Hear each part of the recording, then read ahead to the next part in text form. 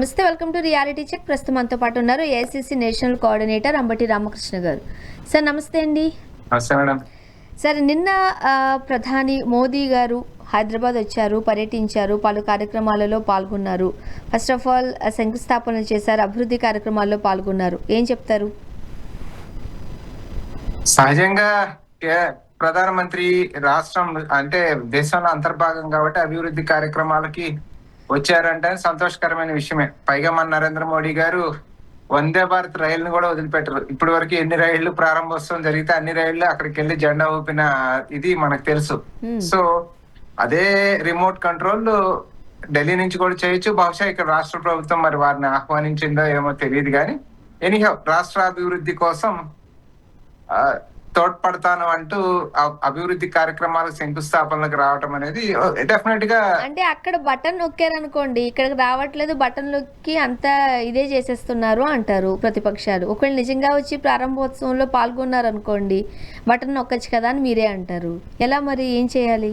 వాళ్ళకున్న marketing strategies తో అసలు ఏమీ నొక్కకుండానే అంతా మేమే చేసామని చెప్తుంటే ఆయన ఎక్కడి నుంచి నొక్కినా కూడా దాన్ని అద్భుతంగా తీసుకెళ్లగలుగుతారు. ఇప్పుడున్న పరిస్థితుల్లో ఏమీ చేయకుండా కూడా అసలు మోడీ లేకపోతే ఇది దేశం లేదు అనే అంత కలరింగ్ ఇచ్చుకున్న వాళ్ళు అది తీసుకెళ్లగల సామర్థ్యం వాళ్ళకుంది. ఎనీహౌ సరే, రావాలి ఖచ్చితంగా. ప్రధాని కాబట్టి ఆ స్థాయిలో ఆయన రావడం అనేది, ముఖ్యమంత్రి గారితో కలిసి ప్రోగ్రామ్ లో పాలు పంచుకోవడం అనేది డెఫినెట్ గా ఆహ్వానించదగ్గ విషయం. ఓకే, ఇన్ఫాక్ట్ వాళ్ళు నిజంగా మనస్సు చిత్తశుద్ధితో రాష్ట్ర అభివృద్ధికి వారు కనుక సహాయం చేస్తే. కాకపోతే ఇక్కడ మోదీ గారు వచ్చి అభివృద్ధి కార్యక్రమాల్లో పాల్గొన్న, శంకుస్థాపనలో ఉన్న వీటి గురించి కన్నా కూడా ఈరోజు ప్రధానమంత్రి మోదీ గారు హైదరాబాద్ వచ్చారు, ఏం చేశారయ్యా అంటే చంద్రబాబు నాయుడు గారు ఇంటికి వెళ్ళారు, పవన్ కళ్యాణ్ గారు ఇంటికి వెళ్ళారు, పరామర్శించారు పవన్ కళ్యాణ్ గారిని అని చెబుతూ ఉన్నారు. ఏంటి, ఎందుకు వెళ్ళారంటారు? అంటే ఎప్పుడు ఇంతకుముందు ఇలాంటి సందర్భాన్ని చూడలేదు. ఇంతకు ముందు ప్రధాని అనేది ప్రత్యేకంగా ఏ ఇండివిజువల్ ఇంటికి వెళ్ళింది మనం చూడలేదు. కానీ బట్ ఇవాళ ఆంధ్ర రాష్ట్ర ప్రజల్లో ఒక క్వశ్చన్ అయితే అరైజ్ అయింది. ఇప్పుడు ఏది పర్మనెంట్ అడ్రస్ అంటాం కదా, స్థిర నివాసము, అధికారిక నివాసము. సో ఇద్దరి యొక్క స్థిర నివాసానికి హైదరాబాద్ లో వెళ్ళారు. ఇద్దరు కూడా అధికారిక నివాసాల్లో అమరావతిలో ఉంటున్నారు. స్థిర నివాసం హైదరాబాద్ లో ఉందని ప్రధాని ఇవాళ ఆంధ్ర రాష్ట్ర ప్రజలకు తెలియజేశారు. సో అమరావతి పట్ల వీళ్ళకున్న ప్రేమ మక్కువ ఏంటి అంటే వాళ్ళిద్దరి యొక్క స్థిర నివాసాలు హైదరాబాద్ లో ఉన్నాయని మోడీ గారు వాళ్ళ ఇంటికి వెళ్ళటం వల్ల మనకు అర్థమవుతా ఉంది. స్వర్ణ గారు, అది వాళ్ళ అమరావతి రైతుల్ని ఒకంత ఆశ్చర్యానికి, ఆలోచనలకి గురి చేసే ఒక దీనికి తావిచ్చినట్టుగా మనకు అర్థమవుతా ఉంది. సరే, పోతే చంద్రబాబు నాయుడు గారి ఇంటికి వెళ్ళడానికి కానీ, లేకపోతే పవన్ కళ్యాణ్ ఇంటికి వెళ్ళడానికి కానీ. సరే, పవన్ కళ్యాణ్ గారు అంటే ఏదో చిన్నది ముక్కుకు సర్జరీ చేయించుకున్నారు, దానికోసంగా దేశ ప్రధాని పరామర్శించడానికి వచ్చారు. కానీ చంద్రబాబు నాయుడు గారి ఇంటికి ఎందుకు వెళ్ళారు అనేది మాత్రం కొంత ఆలోచించదగ్గ విషయం. ఎందుకంటే చంద్రబాబు నాయుడు గారి రాజకీయ ప్రయాణం చూసినప్పుడు ఎప్పుడు ఎక్కడ మునుగుతారో, ఎక్కడ తేలుతారో, ఎవరితో ఉంటారో అనేది పూర్తిగా చంద్రబాబు నాయుడు గారి యొక్క పదవి, చంద్రబాబు నాయుడు గారి యొక్క పార్టీకి ఏది మేలు జరుగుతుందో ఆయన ఆ డైరెక్షన్ లోనే ప్రయాణం చేస్తారు. సో నిన్న మరి ఒకవేళ ఏమన్నా మోడీ గారికి ఏమన్నా సంకేతాలు అందినాయా, రానున్న రోజుల్లో ఏమన్నా దేశం గడ్డు పరిస్థితులు ఎదుర్కొంటే ఒకవేళ వాళ్ళకి నెగిటివ్ అయితే చంద్రబాబు నాయుడు ఏమన్నా మళ్ళీ పల్టీ కొడతాడనే అనుమానం వచ్చిందా? లేదు, తెలంగాణ ఎన్నికల నేపథ్యంలో తెలంగాణ పైన మేము ఎక్కువ కాన్సన్ట్రేట్ చేస్తామనే విషయంలో ఒకవేళ ఆయన సూచనలు, సలహాలు తీసుకొని తెలంగాణ కోసంగా మాట్లాడడం కోసంగా వెళ్ళారా అనేది. సో ఇద్దరి మధ్య ఆంతరికంగా జరిగిన చర్చ, అది విషయం అయితే ఇంకా బయటికి రాలేదు స్వర్ణ గారు. ఓకే, అంటే ఇప్పుడు స్వయంగా ప్రధానమంత్రి నరేంద్ర మోదీ గారే ఇంటికి వెళ్ళి మరీ కూర్చోవడం, ఇంటికి వెళ్ళి మరీ మాట్లాడడం అనేది కాస్త ఆలోచింపచేసే విధంగా ఉంది. మర్మం ఏమై ఉండొచ్చు అంటారు? మర్మం ఏం లేదు. చంద్రబాబు నాయుడు గారిని కాళ్ళకు బంధం వేయటమే కదా. ఇప్పుడు ఎటువంటి పరిస్థితి వచ్చినా కూడా ఆయన అంత డీప్ రిలేషన్ మెయింటైన్ చేస్తున్నాడు అనే ఒక ఇండికేషన్ పంపించినప్పుడు చంద్రబాబు నాయుడు గారు ఇక అటు ఇటు బెసకుండా ఖచ్చితంగా వాళ్ళ దీంతో ఉండటం కోసంగా నేను అంత ఇంపార్టెన్స్ చంద్రబాబు నాయుడుకి ఇచ్చాను. సరే, చంద్రబాబు నాయుడు గారి ఇంటికి వెళ్ళి చంద్రబాబు నాయుడు గారికి ఇంపార్టెన్స్ ఇచ్చిన దానికన్నా ఆంధ్ర రాష్ట్రం వారం వారం అప్పులు తెచ్చుకుంటూ, రాజధాని నిర్మాణానికి అప్పులు తెచ్చుకుంటూ అష్ట కష్టాలు పడతా ఉంటే అక్కడ ఏదైనా సహాయం చేస్తే అది రాష్ట్రానికి ఉపయోగపడుద్ది. కానీ చంద్రబాబు నాయుడు గారి ఇంటికి వెళ్ళి నాయుడు గారిని పరామర్శించడం వల్ల ఇద్దరికి రాజకీయ ప్రయోజనాలు ఏమన్నా జరిగితే జరగచ్చు తప్ప దానికి రాష్ట్రానికి అయితే ప్రయోజనం జరిగే అవకాశం అయితే ఏం కనపడలేదు కదా. సో దానివల్ల ప్యూర్ గా పొలిటికల్ యాంగిల్లో ఉండాలి. లేదు, నేను ఇందాక చెప్పినట్టు అతను ఏమన్నా అటు ఇటుగా ఉంటే కేంద్ర ప్రభుత్వం బెసికే అవకాశం ఉంది కాబట్టి దాని గురించి అయినా ఫిక్స్ చేసుకునే దానికన్నా ఉండాలి. అండ్ మరోపక్క ప్రధానమంత్రి నరేంద్ర మోదీ గారు వచ్చింది తెలంగాణ రాష్ట్రానికి, కానీ వెళ్ళింది ఆంధ్రప్రదేశ్ రాష్ట్ర ముఖ్యమంత్రి చంద్రబాబు నాయుడు గారింటికి, అలానే ఆంధ్రప్రదేశ్ రాష్ట్ర డిప్యూటీ చీఫ్ మినిస్టర్గా ఉన్న పవన్ కళ్యాణ్ గారింటికి. అది కూడా తెలంగాణలో ఉన్న వాళ్ళ నివాసాలకు వెళ్ళడాన్ని ఎలా చూడాలంటారు? నేను ఇందాక మిమ్మల్ని అడిగింది అధికారిక నివాసానిక స్థిర నివాసానిక అని అడిగినప్పుడు ఫస్ట్ స్టార్టింగ్ నేను అదే మాట్లాడింది. సో వాడి యొక్క స్థిర నివాసానికి ఇక్కడికి వెళ్ళినప్పుడు he sent a clear indication to the people of Andhra Pradesh. మీ ముఖ్యమంత్రి ఉప ముఖ్యమంత్రి ఇద్దరు కూడా హైదరాబాద్ లో స్థిర నివాసాలు ఏర్పరచుకుని ఉన్నారు. సో వాళ్ళు ఎన్ని మాటలు మాట్లాడినా కూడా వాళ్ళ యొక్క ఇదంతా కూడా హైదరాబాద్, వాళ్ళ ప్రేమంతా హైదరాబాద్ పైనే ఉంది అనేది ఆయన పర్యటన ద్వారా it has cent a clear signal to the people of Andhra Pradesh and in particular to the people of Amaravati, farmers of Amaravati. Okay, ఇప్పుడు స్వయంగా ఇంటికొచ్చేంత స్నేహపూర్వకమైన సంబంధాలు ఇటు కేంద్ర రాష్ట్ర ప్రభుత్వాల మధ్య ఉన్నప్పుడు, కూటమిలో భాగంగా ఉన్నప్పుడు, డబుల్ ఇంజిన్ సర్కార్గా నడవబడుతున్నప్పుడు రాష్ట్రానికి రావాల్సిన నిధులను కానీ రాష్ట్రానికి కావాల్సిన ప్రయోజనాలను కానీ తెప్పించుకోవడంలో ఎందుకు విఫలమవుతున్నారు? ఎందుకు గట్టిగా అడగడం పక్కన పెడితే రిక్వెస్ట్ అన్నా చేయలేకపోతున్నారు? అవి అడిగే దగ్గర మరి బలహీనతలు ఏమున్నాయి చంద్రబాబు నాయుడు గారి అనేది కూడా మనం అక్కడ ఆలోచించాల్సిన అంశం. మరి ముఖ్యంగా మీరు చాలా సీనియర్ పొలిటీషియన్, రాష్ట్రం అప్పులు పాలైపోయింది, ఆయన నోటితో ఆయనే చెప్పాడు ఏది వచ్చే రెవెన్యూస్ అంతా జీతాలు ఇవ్వడానికి సరిపోతుంది, కేంద్రం నుంచి వచ్చే నిధులు మొత్తం వడ్డీలు కట్టడానికి సరిపోతుంది, సో ఇక్కడ ₹1 కూడా మిగలతలేదు అని ఆయనే చెప్పడం జరిగింది. సో అటువంటి పరిస్థితుల్లో డబుల్ ఇంజన్ సర్కారు అని చెప్తున్న నరేంద్ర మోడీ ద్వారా రాష్ట్రానికి పార్లమెంట్ ప్రామిస్ చేసిన ఏదైతే ఉన్నాయో అవి సాధించుకునేటట్టుగా లేదు, తెలంగాణ ఆంధ్ర రాష్ట్రాలకు మధ్య ఇంకా చిక్కుముడిగా ఉన్న విషయాలు కానీ ఇవేదన్నా సాధించుకునే దిశగా ప్రయత్నిస్తారా వాళ్ళ రిలేషన్ ద్వారా అంటే వాళ్ళ పొలిటికల్ అడ్వాంటేజెస్ చూసుకుంటున్నారు తప్ప రాష్ట్ర యొక్క అభివృద్ధిని ఏమాత్రం కూడా అక్కడ ఇద్దరు కూడా ఆలోచన చేసినట్టుగా మనకు కనపడట్లేదు కదా స్వర్ణ గారు. సో ఇది దీని గురించి పెద్దగా ప్రజలకైతే ప్రయోజనం లేదు అనుకోవాలి. ఓన్లీ స్వప్రయోజనాల కోసం మాత్రమే అనుకోవాలా? ఎవరికి వాళ్ళు రాజకీయంగా ఎదుగుదల లేకపోతే వాళ్ళ వారసులను నిలదొక్కించుకోవడం కోసం మాత్రమే అని అనుకోవాలా? డెఫినెట్ గా ఆంధ్ర రాష్ట్ర ప్రజలు ఇవన్నీ గమనిస్తున్నారంటారా? డెఫినెట్ అర్థం చేసుకుంటారు కదా. ఇప్పుడు నిన్న ఆయన వచ్చిపోయిన తర్వాత, ఇంటి దాకా వచ్చిపోయిన తర్వాత రేపటి నుంచి మళ్ళీ చంద్రబాబు నాయుడు గారు ఏం చెప్తారో చూడాలి కదా. ఎన్ని నిధులు వచ్చినాయో చెప్పాలి కదా, ఏం మాట్లాడారో చెప్పాలి కదా. పైగా ఇవాళ ఢిల్లీ పర్యటనలో ఉన్నట్టున్నారు. నేను ఇంటికి వచ్చి వెళ్ళిన తర్వాత ఇవాళ ఢిల్లీ పర్యటనలో ఆ కేంద్ర మంత్రులను కలిసినప్పుడు ఎన్ని రాష్ట్రానికి సాధించుకొస్తారు అనేది కూడా రేపు పొద్దున్నే ఆంధ్ర రాష్ట్ర ప్రజలు అర్థం చేసుకుంటారు కదా. సో ఫలితాలను పట్టే ప్రజలు ఆలోచిస్తారు కానీ మరి ఇంకొకటి కూడా అవ్వచ్చు, వీళ్ళ యొక్క ఏది ఇమేజ్ డ్యామేజ్ అవుతా ఉంటే ఆ ఇమేజ్ ను కొంచెం అందరం ఐక్యంగానే ఉన్నాం, మా మిత్రపక్షాలంతా మా బాండింగ్ బాగుంది అని చూపించడం కోసంగా కూడా వెళ్ళుండొచ్చు.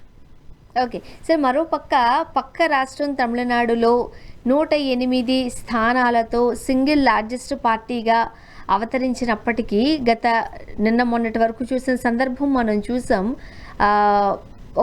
ఆ పార్టీ అంటే సింగిల్ లార్జెస్ట్ పార్టీగా అవతరించినప్పటికీ కూడా ముఖ్యమంత్రిగా ప్రమాణ స్వీకారం చేయడానికి రోజుల టైం తీసుకున్నారు. అక్కడ గవర్నర్ వ్యవహరించిన తీరుకు సంబంధించి అనేకమైన విమర్శలు వెల్లువెత్తాయి. ఏం చెప్తారు మీరు? అది డెఫినెట్ గా గవర్నర్ ముందే పిలిచి ఉండాల్సింది. ఆయనకి సింగిల్ లార్జెస్ట్ పార్టీకి ఎమర్జ్ అయ్యారు. తర్వాత మిగతా పార్టీలు సరే ఇంటర్నల్ గా వాళ్ళు ఎన్ని ప్రయత్నాలు చేసినా బయటికి అయితే ఏ రాజకీయ పార్టీ కూడా వచ్చి మేము అది గవర్నమెంట్ ఏర్పాటిస్తామని క్లెయిమ్ చేసుకోలేదు. క్లెయిమ్ చేసింది ఒకే ఒక్క విజయ్ గారు మాత్రమే.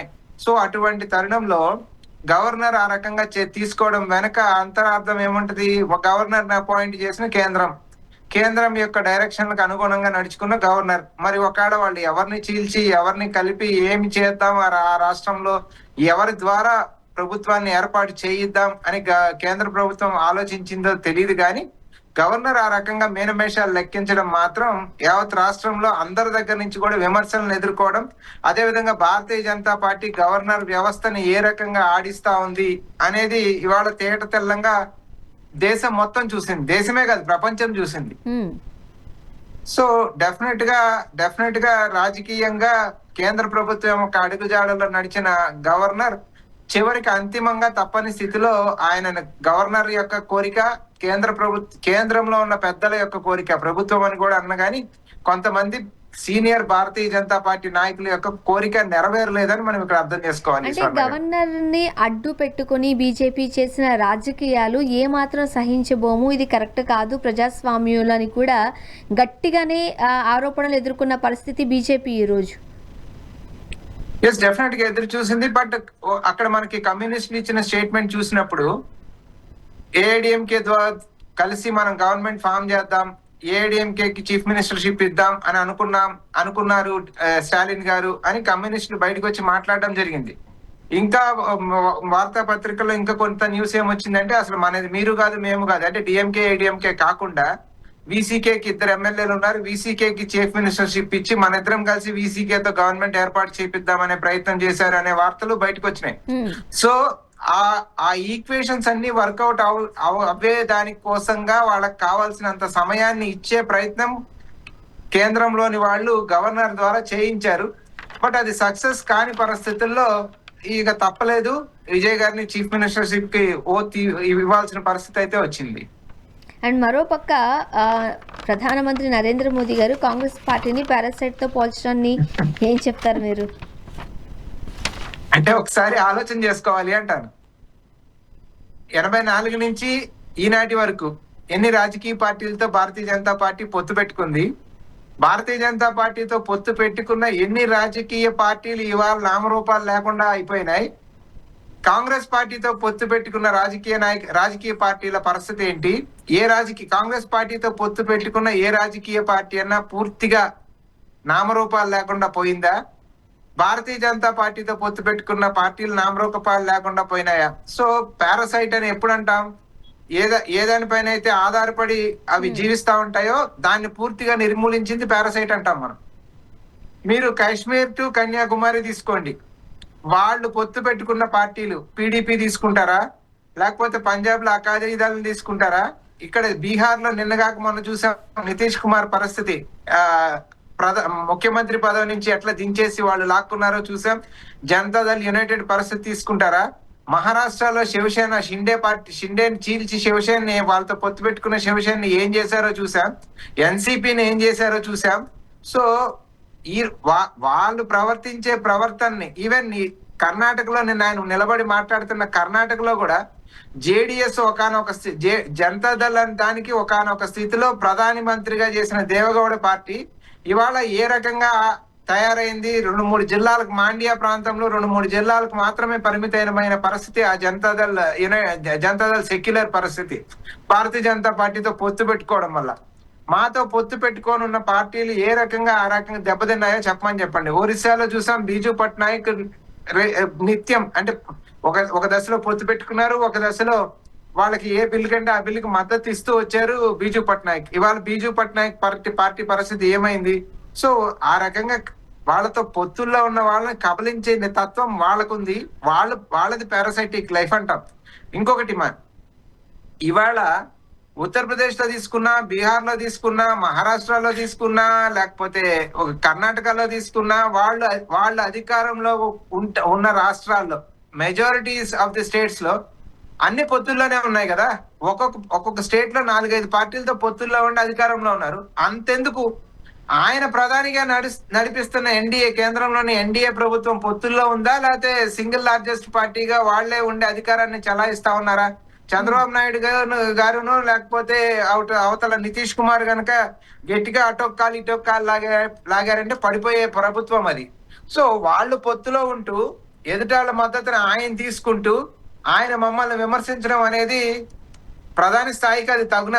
పోనీ రాజ్యాంగ స్నేహితులుగా ఉన్న డిఎంకే నుంచి ఆల్ ఆఫ్ ఏ సడన్ విడిపోయి బయటకు వచ్చేసి విజయ్కి సపోర్ట్ చేయడాన్ని తప్పుపడుతున్నారు.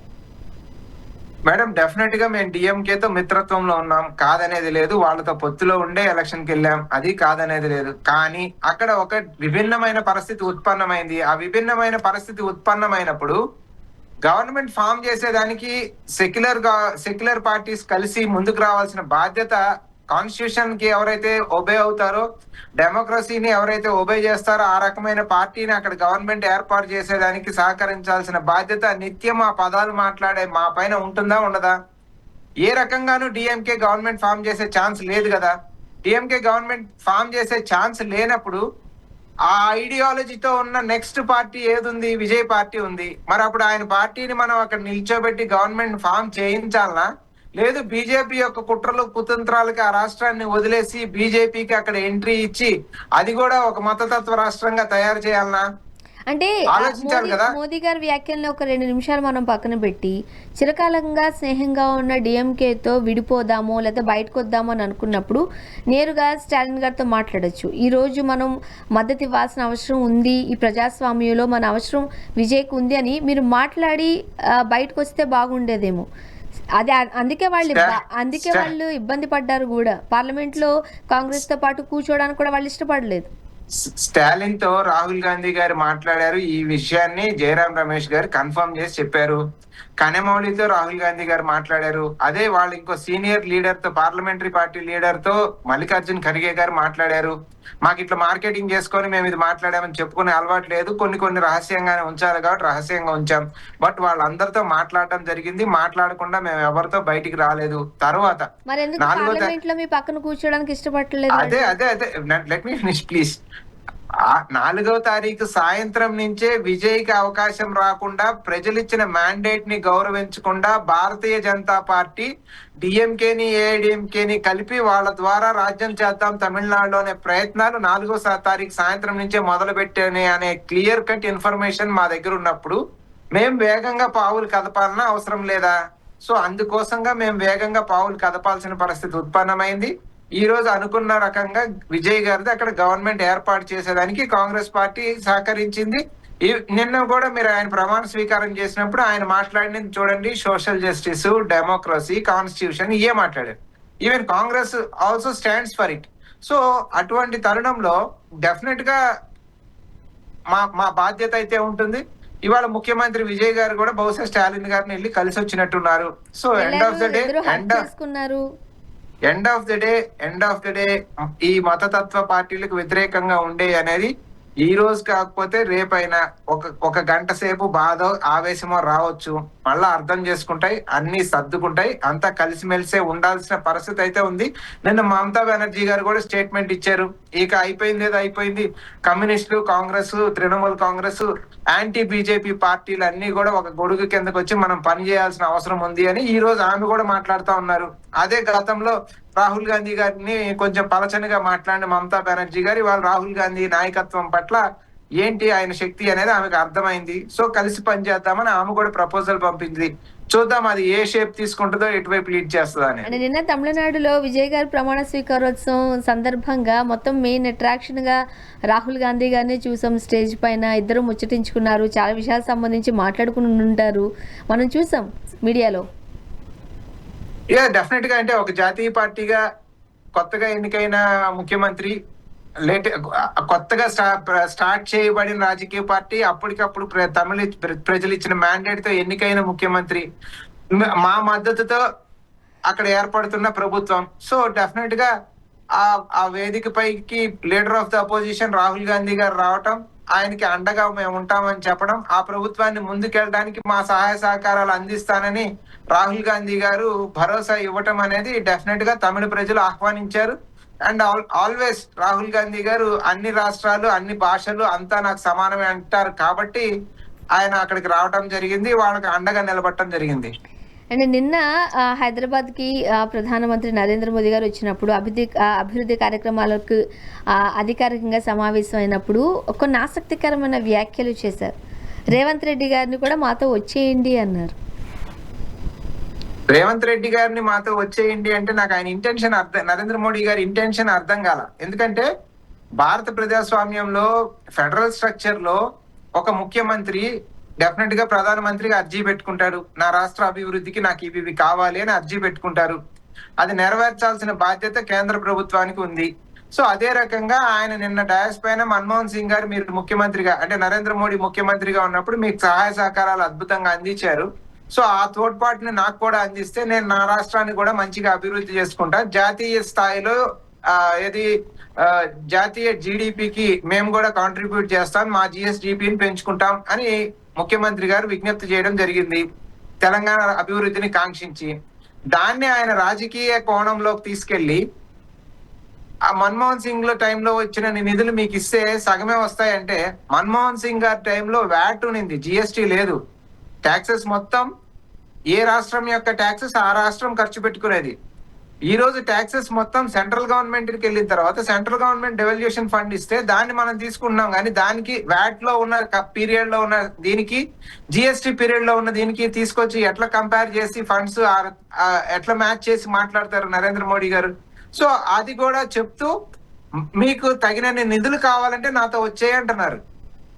నాతో వచ్చేయంటే అర్థం ఏంటి? ప్రధానిగా ఏమన్నా ప్రధానమంత్రి గారిని రిసీవ్ చేసుకోవడంలో కానీ, సాగనంపడంలో కానీ, వేదిక పంచుకోవడంలో కానీ అధికారికంగా ప్రధానమంత్రి గౌరవాన్ని ఏ రకంగానూ ఎక్కడా కూడా తోలనాడకుండా తగ్గించకుండా ముఖ్యమంత్రి గారు ప్రవర్తిస్తే, దానికి మించి నాతో వచ్చేయి అనే మాట మాట్లాడాడు అంటే, ఒకవేళ అంత రాజకీయంగా మనం చూసుకుంటే అంటే మీ ఉద్దేశం బహుశా అదే ఉంటుంది నన్ను ఈ క్వశ్చన్ అడగటంలో. పారాసైటిక్ లైఫ్ అని ఇందాక మీరు నరేంద్ర మోడీ గారిది క్వశ్చన్ నన్ను అడిగారు కదా, ఎవరిది పారాసైటిక్ లైఫ్ అవుతుంది అప్పుడు? స్వర్ణ గారు నాకు ఒకసారి చెప్పండి. ఇతర పార్టీల్లో ఉన్న నాయకులందరినీ లాక్కొని మనం అధికారం చలాయించడం పారాసైటిక్ లైఫ్ అంటామా? మీ నాయకులను మీరు తయారు చేసుకొని వాళ్ళ ద్వారా అధికారాన్ని చేయడం పారాసైటిక్ లైఫ్ అంటామా? ఇవాళ వాళ్ళ అధికారంలో ఉన్న రాష్ట్రాల్లో దాదాపు 4-5 రాష్ట్రాల్లో ముఖ్యమంత్రులు ఎవరంటే మా పార్టీ వాళ్ళు.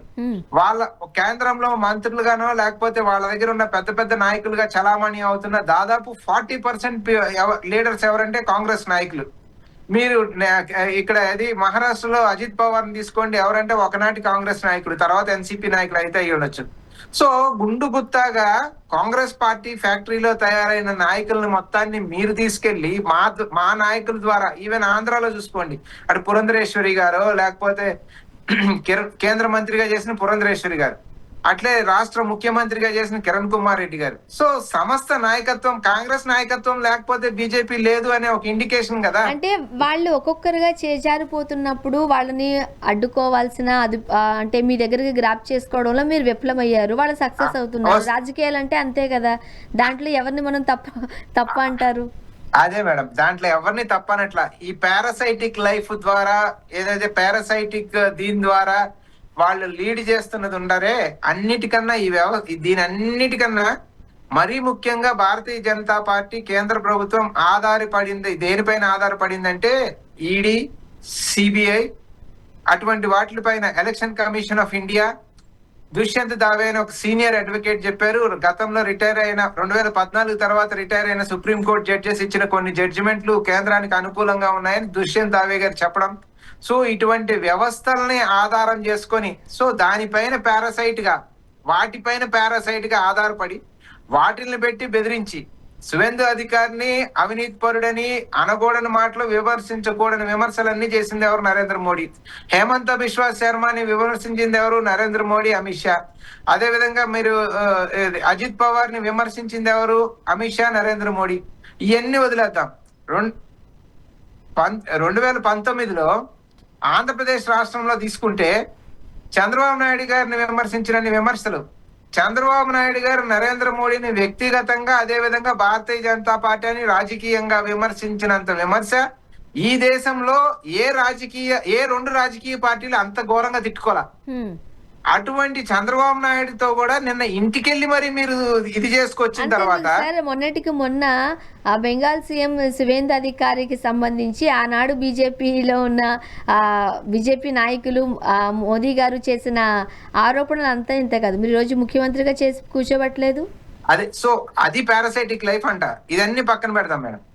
నిన్న భారతీయ జనతా పార్టీ నాయకులకి, తెలంగాణ నాయకులకి నరేంద్ర మోడీ గారు ఒక అవమానకరమైన మాట మాట్లాడారు దీని ద్వారా అనిపించింది. మీ ఎవరి వల్ల చేత కాదు రాష్ట్రంలో తెలంగాణలో భారతీయ జనతా పార్టీని అధికారంలో తీసుకురావడానికి, సో భారతీయ జనతా పార్టీని అధికారంలోకి తీసుకురావడానికి ఒక కొత్త నాయకుడు కావాలి నాకు అని నాయకుడిని ఎతుక్కునే పరిస్థితుల్లో ఉన్నట్టుగా కనపడింది.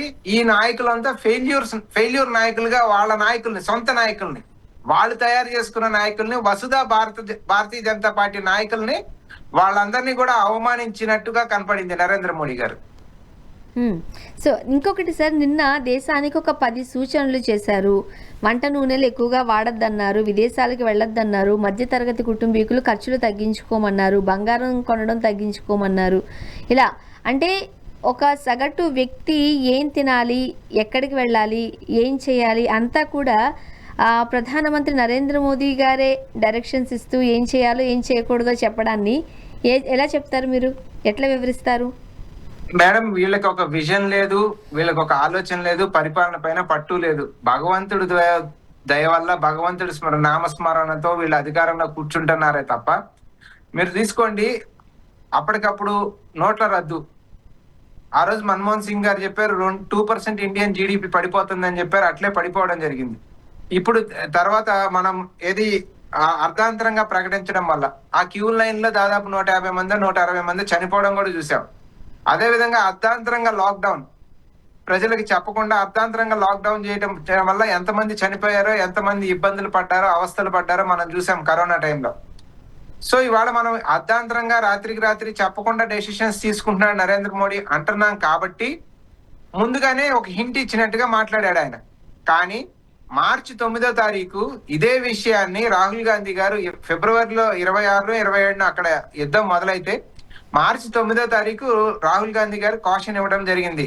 దేశం చాలా విపత్కర పరిస్థితిని ఎదుర్కోబోతా ఉంది, క్రైసిస్, చాలా పెద్ద క్రైసిస్ రాబోతా ఉంది, ఈ ప్రభుత్వానికి ఫ్యూచర్ ప్లాన్ అనేది ఏమీ లేదు, చాలా ఘోరమైన ఇది ఉంది, ఇప్పటికన్నా మేల్కొని ఆయిల్ రిజర్వ్స్ కానీ లేకపోతే ఇది దేశ ప్రజలకు కావాల్సిన నిత్యావసర వస్తువులు కానీ ఇవన్నీ సమకూర్చి పెట్టండి, ఇమీడియట్ గా యాక్షన్ చేయండి అని చెప్పినప్పుడు ఆనాడేమో ట్రంప్ చెప్పాడు కాబట్టి క్రూడ్ ఇరాన్ నుంచి, రష్యా నుంచి కొంటాం మానేశాం.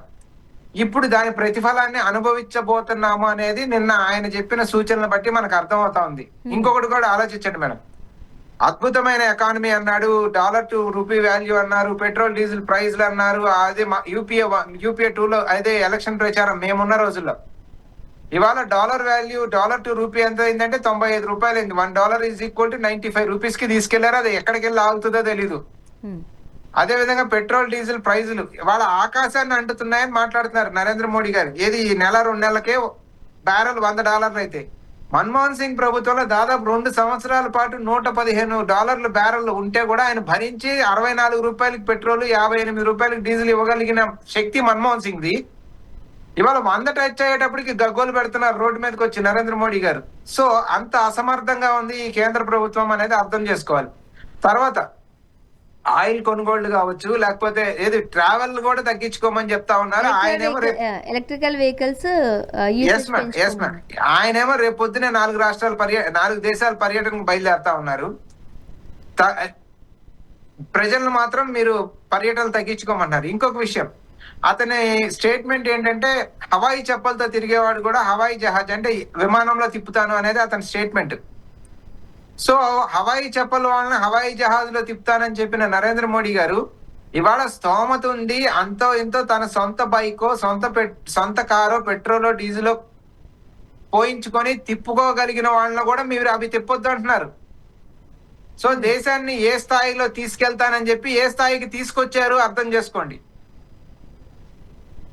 ఇది వాళ్ళ యొక్క సామర్థ్యం. అదే విధంగా గూడ్స్ ఏది విదేశీ వస్తువుల విషయం మాట్లాడుతూ చైనాతో ఇవాళ మన ట్రేడ్ డెఫిసిట్ 4 గంటలు పెరిగింది ఈయన వచ్చిన తర్వాత. అంతగా దిగుమతులు పెరగడం జరిగింది. సో ఇక్కడ ప్రొడక్షన్ పెంచి ఇక్కడ ఇండస్ట్రీస్ ని తయారు చేసి ఇక్కడ కనుక మనం వస్తువులు తయారు చేసి ఉంటే ఇవాళ ఇంపోర్ట్స్ అంతగా చేసుకోవాల్సిన పరిస్థితి వచ్చి ఉండేది కాదు కదా. అంత గాలికి వదిలేసి ఈ రోజు ప్రజల మీద భారం వేసేసి మీ ఇష్టం, మీరు బాగుండాలంటే మీరే అని మాట్లాడడం అనేది ప్రభుత్వానికి బాధ్యత అనిపిస్తుందా? అంతా బాగుంది అని చెప్పిన నరేంద్ర మోడీ వారు ఈ పేలవమైన మాటలు, ఈ డొల్ల మాటలు మాట్లాడడం దేశాన్ని ఏ స్థితి నుంచి ఏ స్థితికి దిగజార్చారు అనే దానికి ఒక నిదర్శనం. స్వర్ణ గారు చూద్దాం sir. Thank you so much అండి, మీ అభిప్రాయం పంచుకున్నారు. Thank you. ఇది వాళ్ళ రియాలిటీ చెక్. Stay tune.